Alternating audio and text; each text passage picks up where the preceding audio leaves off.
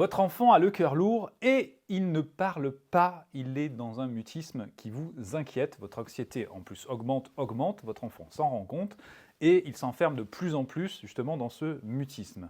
Alors, il est possible de pouvoir ouvrir le dialogue. Dans un premier temps, on accueille ce que nous ressentons en tant qu'adultes, notre peur, notre inquiétude, peut-être même que nous la verbalisons, mais dans tous les cas, nous l'accueillons pour nous sentir déjà plus apaisés, parce que l'enfant va capter ces signaux, et on peut proposer à l'enfant un jeu très simple qui est basé sur la proposition de mots. Des mots communs, des mots comme pierre, comme bleu, comme ciel, comme dessin, comme école, et en fonction de ce que l'enfant va consentir à aborder par rapport à ces mots, nous pourrons petit à petit lui prêter une écoute active en reformulant ce qu'il est en train de dire ou en rigolant avec lui, en inventant une chanson par rapport à ces mots, afin qu'il puisse poser justement des mots sur les expériences qu'il aurait interprétées comme étant difficiles, c'est-à-dire avec un affect plutôt négatif.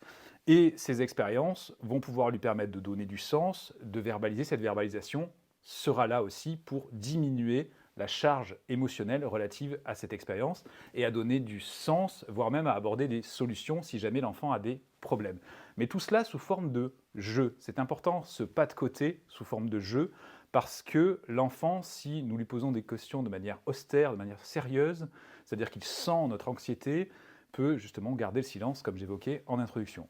Et pour mettre en forme ce type d'activité, je vous conseille un coffret, Les mots qui racontent, je vous mettrai le lien en description, qui permet de tirer au sort des mots qui sont ici et qui sont savamment sélectionnés.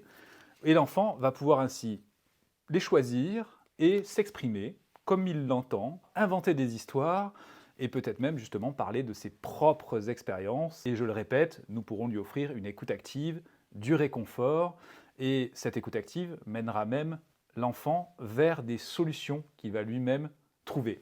On y reviendra sur ces techniques d'écoute active qui permettent à l'enfant justement de trouver ses propres ressources, guidées par l'adulte, guidées par le parent ou même l'enseignant.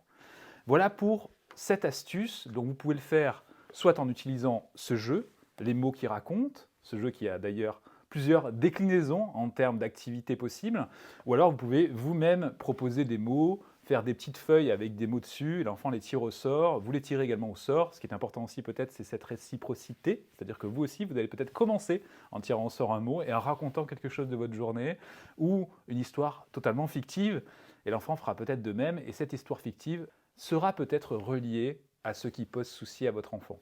Et peut-être qu'il n'y a vraiment aucun souci et que c'est simplement l'anxiété du parent qui se projette sur l'état émotionnel de l'enfant et qu'une fois que le parent aura accueilli justement ce qu'il ressent, tout sera apaisé. Voilà en tout cas pour cette idée. N'hésitez pas à me laisser un commentaire en dessous pour me dire si vous allez le tester et je vous dis à bientôt pour une nouvelle vidéo.